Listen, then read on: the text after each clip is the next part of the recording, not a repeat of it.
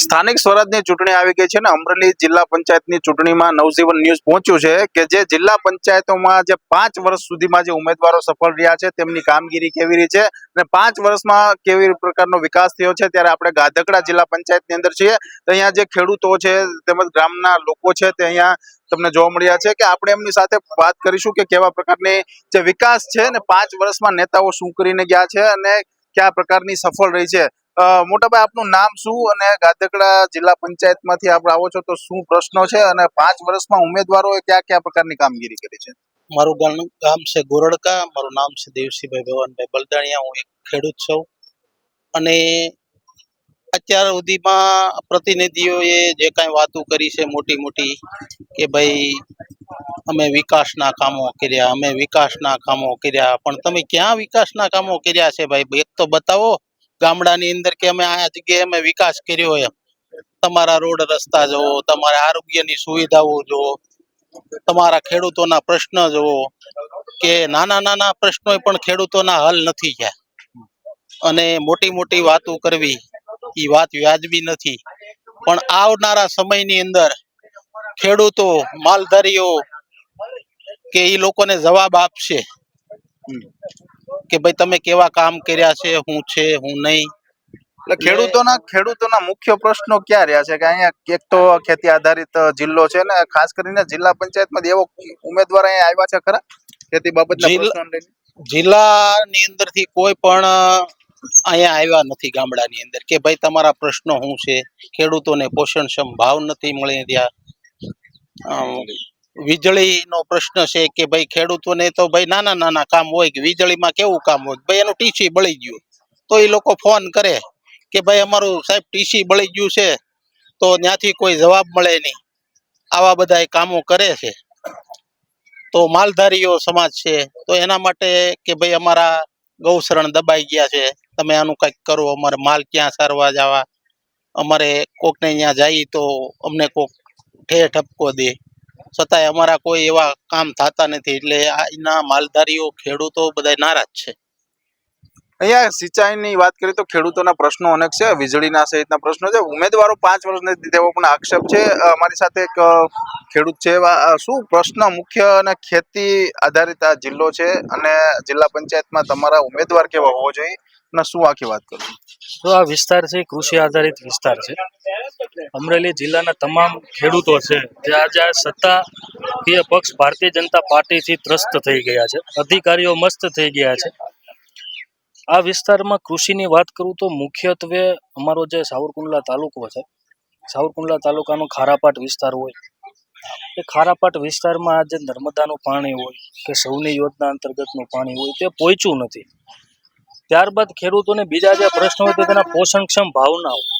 ખેડૂત કોઈ પણ નેતા કે કોઈ પણ મોટા અધિકારી પાસે જઈને કરોડો રૂપિયાના ટેન્ડર નથી માંગતો।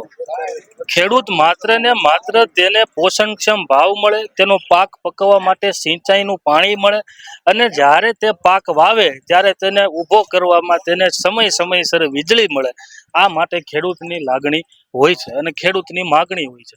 પરંતુ આ સરકાર અને આ સરકારના પ્રતિનિધિઓ છેલ્લા 5 વર્ષથી જે રીતે પંચાયતી રાજની સંસ્થાઓ છે, સંસ્થાઓ અધિકારીઓની સંસ્થાઓ અને ભારતીય જનતા પાર્ટીની સંસ્થાઓ થઈ ગઈ છે, જે તે પ્રતિનિધિઓ ચૂંટાયા છે તેને ખબર નથી કે અમારી નીચે શું કામગીરી આવે છે, અમારે શું કરવાનું હોય છે। ક્યાંક ને ક્યાંક તે ભારતીય જનતા પાર્ટીના બેનર નીચે ચૂંટાઈ ગયા છે। એટલા માટે આ વિસ્તાર કૃષિગત વિસ્તાર છે। આ વિસ્તારમાં જે ખેડૂતના બાળકો છે, વિદ્યાર્થીઓ છે, તેના વિસ્તાર છોડીને મોટા શહેરોમાં ભલે એજ્યુકેશન માટે જવું પડે છે ને આપણે જે સ્થાનિક લેવલના જે આરોગ્યની સુવિધાઓ, એસટી બસની, રોડ રસ્તાની, આમાં શું જિલ્લા પંચાયત દ્વારા ઉમેદવારો કઈ કામગીરી કરી ખરા? એમાં શું કહેશો? જો મેં હમણાં જ કીધું કે આ વિસ્તારના જે તે પ્રતિનિધિઓ જિલ્લા પંચાયતના હોય કે તાલુકા પંચાયતના હોય તેને ખબર જ નથી અમારે શું કરવાનું હોય। જે તે સમયે જિલ્લા પંચાયત કે તાલુકા પંચાયતમાંથી ફોન આવે કે ભાઈ તમારે આવવાનું છે, મીટિંગ આયોજનની હોય કે કોઈ પણ મીટિંગ હોય તેમાં ખાલી ને ખાલી કોરમ પૂરી કરવા માટે જાય છે. બાકી તેને ખબર નથી કે અમારે શું કરવાનું હોય છે. એટલે આ વિસ્તારમાં રોડ રસ્તાના કામ છે એ છેલ્લા 5 વર્ષથી એમનેમ છે. આ વિસ્તારમાં બીજા આરોગ્યના કામ હોય તો તમે પીએચસી સીએચસી સેન્ટરોનું પણ એકવાર ઇન્ટરવ્યુ કરજો, એટલે તમને ખબર પડશે કે આ વિસ્તારના સીએચસી પીએચસી સેન્ટરની શું હાલત છે. સમયસર ડોક્ટરો નથી આવતા, ક્યાંક ને ક્યાંક ડોક્ટરો અને નર્સોની પણ તંગી છે. ડોક્ટરો નર્સો હાજર નથી રહેતા અને જે તે ફેસિલિટી હોવી જોઈએ, પ્રાથમિક એઇડ સર્વિસ હોવી જોઈએ, એઇડ સર્વિસની પણ સુવિધા નથી. એટલે આ વિસ્તારમાં તમે જોવો તો આ પ્રતિનિધિત્વ દ્વારા કોઈ પણ પ્રકારનું કામ કરવામાં આવ્યું જ નથી. ખાલી કોરમ પૂરી કરવા માટે તે ત્યાં જાય છે અને જ્યારે તેને કહે કે આ તમારે બોલવાનું છે એટલે પેપરમાં લખી આપે નહીં અને બોલવા મળે. અહીંયા આરોગ્ય લક્ષીની સુવિધાઓ ઉપર પણ સવાલ ઉઠી રહ્યા છે. પ્રતિનિધિઓ છે તે દેખાઈ પણ નથી રહ્યા. આપણી સાથે એક સ્થાનિક છે. તમારું નામ શું છે અને જિલ્લા પંચાયતના શું પ્રશ્નો, મુખ્ય શું પ્રશ્ન છે? મારું નામ છે સંતીભાઈ મનુભાઈ કલાણીયા, પ્રતિનિધિ સરપંચ છું ગાધકડા ગામની અંદર. મારા ગામની અંદર તો પહેલા મારે સરકારને એટલું કહેવા વિનંતી છે કે મારા ગામની અંદર પહેલા રોડ રસ્તા સારા નથી. રોડ રસ્તે સરકાર સડે તો ખબર પડે. જિલ્લા પંચાયત તાલુકા પંચાયત આવે ત્યારે મત લેવા દોડીને આવે છે, પણ પાછા એવા છૂટાઈ જાય પછી એવા લોકો નથી કે આપણે રોડ રસ્તાની સંભાળ લઈએ કે ગામની સંભાળ લઈએ કે લોકો એમ આપણને મત આપ્યા છે તો ગરીબ માણસને કાંઈ પણ 5 મકાન બંધાવી એવો પણ કોઈ ઉમેદવાર હજી ગાધકડા જિલ્લા પંચાયતની સીટમાં એવો ઉમેદવાર આવ્યો નથી, કોઈ તાલુકા પંચાયતમાં એવો ઉમેદવાર નથી આવ્યો. મારા ગામની અંદર મારા મજૂર લોકોને પૂછો ગામની અંદર કઈ રીતનું છે કે કોઈને લાભ મળ્યો એવું બન્યું છે. મારા ગામમાં હજી 2-5 મકાની પણ 15 વર્ષની અંદર નથી મળ્યા અને લોકોને કોઈને પણ રાજગોરી વાત કરે છે કે તમને આપશું, પણ હજી આજની તારીખમાં કોઈને મળ્યું એવો લાભ નથી મળ્યો મારા ગામની અંદર. એટલે જે પ્રકારે તમારી માંગ શું છે, આ સ્થાનિક લેવલના કયા મુદ્દા હોવા જોઈએ, ખાસ કરીને તમારી આશાઓ શું છે ગામડા કક્ષાએ? આશા તો મોટી જ હોય ને. મારા ગામની અંદર હું પ્રતિનિધિ સરપંચ છું. મારા ગામની અંદર આશા મારે એવું હોય કે મારું ગામ ઉજળામાં ઉજળું બનવું જોઈએ એવી મારી આશા હોય.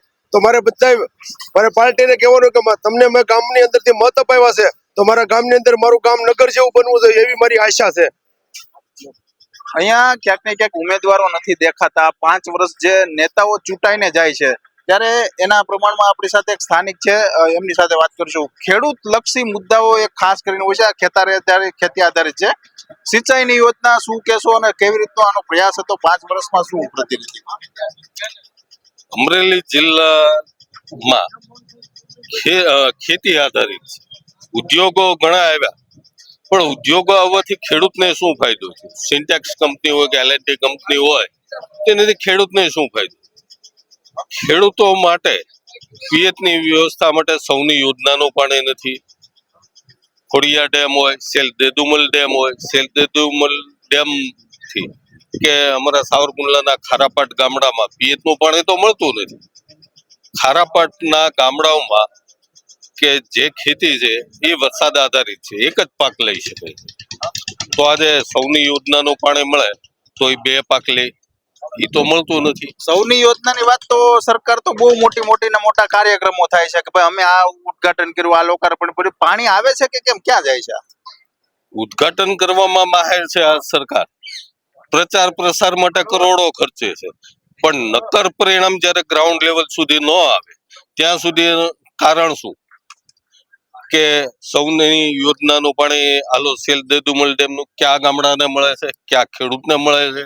હાલો સાવરકુંડલા શહેરને પીવાનું પાણી મળતું હોય છે, પણ જે તે સમયે એ સેલ દેદુમલનો હેતુ હતો કે ખેડૂતોને પિયતનું પાણી આપવું, પણ એક પણ ગામડામાં આજની તારીખ સુધી 40 વર્ષમાં મળ્યું નથી. તો એમાં ખેડૂતને શું ફાયદો થયો? ખેડૂતને ઉત્પાદન ખર્ચ જે છે એ 3 ગણો થયો છે. જે નરેન્દ્રભાઈ મોદીએ કીધું હતું 2022માં ખેડૂતોની આવક બમણી કરશું, પણ ખર્ચ બમણો થઈ ગયો. આવક એની હતી એની કરતા નીચી ગઈ છે. કે જે આજે 12-14 વર્ષ પહેલા પણ ઘઉંનો ભાવ 500 હતો, આજે 450 છે. મનમોહન સિંહની સરકાર વખતે કપાસના ભાવ એક સમય 1700-1800 સુધી પહોંચ્યા હતા, તો આજે 1400 થી 1500 રૂપિયા છે. એની સામે તલના ભાવ જે 2200 રૂપિયા હતા તો અત્યારે 1600-1700 રૂપિયા છે. એટલે ખેડૂતોની માથાદીઠ આવક જે છે કે ખેડૂતની આવક ઘટી છે, એને હિસાબે લોકો આજે ખેતી અને ગામડું મૂકી શહેર તરફ જવા પ્રયાણ કરે છે. ગામડાઓ આજે ખાલી થઈ ગયા છે અને ખેડૂત વર્ગ તમે ખારાપટના ગામડાઓમાં જાઓ કે આ બાજુના વાડે વિસ્તારમાં જાઓ તો ત્યાં ખેડૂતો આજે પયાલન કરી અને સરકાર જે છે એ ઉદ્યોગોને પ્રોત્સાહન આપે છે. એટલે આજે સોલાર કે પવનચક્કીઓ ગામડે ગામડે મુકાય છે. તો ખેડૂતો આજે એ ખેતી મૂકી પોતાનો જે આજીવિકા કે એનો વ્યવસાય હતો એ મૂકીને આજે ઉદ્યોગોને આપે છે. એનું કારણ શું છે? સરકાર ઉદ્યોગોની છે, ખેડૂતોની નહીં. કુદરતી આફતો વખતે સરકારે બહુ મોટી જાહેરાતો કરી કે 10,000 કરોડનું પેકેજ, પણ 10,000 કરોડનું પેકેજ એ પ્રતિ વીઘે ખેડૂતોને 3,520 રૂપિયા મળ્યા. ખેડૂતો નારાજ થયા, બરબાદ થયા. સરકાર સામે જો બોલવા આંદોલન કરે તો ખોટા કેસો કરીને ને આ સહાયમાં તમારા જનપ્રતિનિધિઓ કોઈ ડોકાણ હતા સર્વે કરવામાં? હાલો એ વાત તો અલગ હતી, પણ ખેતીમાં જયારે નુકસાન થાય, વીજળીના પ્રશ્નો હોય ત્યારે જનપ્રતિનિધિ એને શું કરે? આવે છે ખરા? કોઈ પણ જનપ્રતિનિધિ આજે કમલમ હોય કે કોંગ્રેસ પાર્ટી હોય એના આગેવાનો જેટલું કે એટલું જ, બાકી અહીંયા કોઈ પણ જનપ્રતિનિધિઓ એના પક્ષ ને પાર્ટીને સૂચના મુજબ જ હાલે છે. બાકી કોઈ ખેડૂતની વેદના કે એની પીડા સમજવા કોઈ જતું નથી. અહીંયા જનપ્રતિનિધિ આવતા ઉમેદવાર કેવો હોવો જોઈએ? કાકા તમારું નામ શું? ઉમેદવાર અહીંયા 5 વર્ષમાં કેવો મળવો જોઈએ? તમારો શું આશા ને માંગણી? સાહેબ અત્યારે તો એવું છે કે પ્રતિનિધિ આપણા વિસ્તારનો વિકાસ કરે એવો પ્રતિનિધિની આશા આપણે જનતાને હોય છે. પણ હવે એવું શક્ય બને કે આપણે વોટ દઈ દઈએ પછી કાંઈ એવું દેખાતા નથી અને 5 વર્ષ પૂરા થઈ જાય પાછા રિટર્ન આવે પાછા દઈને એવું એમનો ઈનોય રોલ હાલે છે. 5 વર્ષ નેતાઓ બનાવી દે છે, પણ 5 વર્ષ પછી રોલિંગ ચાલ્યા કરે છે. નેતાઓને ચૂંટીને નેતાઓ છે તે વિસ્તારમાં નથી જતા. ખેડૂતોના પ્રશ્ન છે, રોજગારી છે, આરોગ્ય લક્ષી ને રોડ રસ્તાના પ્રશ્નો છે. ત્યારે શું આવનારા દિવસોમાં કોઈ સારો ઉમેદવાર આવશે કે કેમ, અને શું ખરેખર આ જિલ્લા પંચાયતનો વિકાસ થશે કે કેમ, તે પણ જોવાનું રહ્યું. મહેન્દ્રસિંહ, નવજીવન ન્યૂઝ, અમરેલી. વૈષ્ણવજન તો તેને કહીએ જે પીડ પરાય.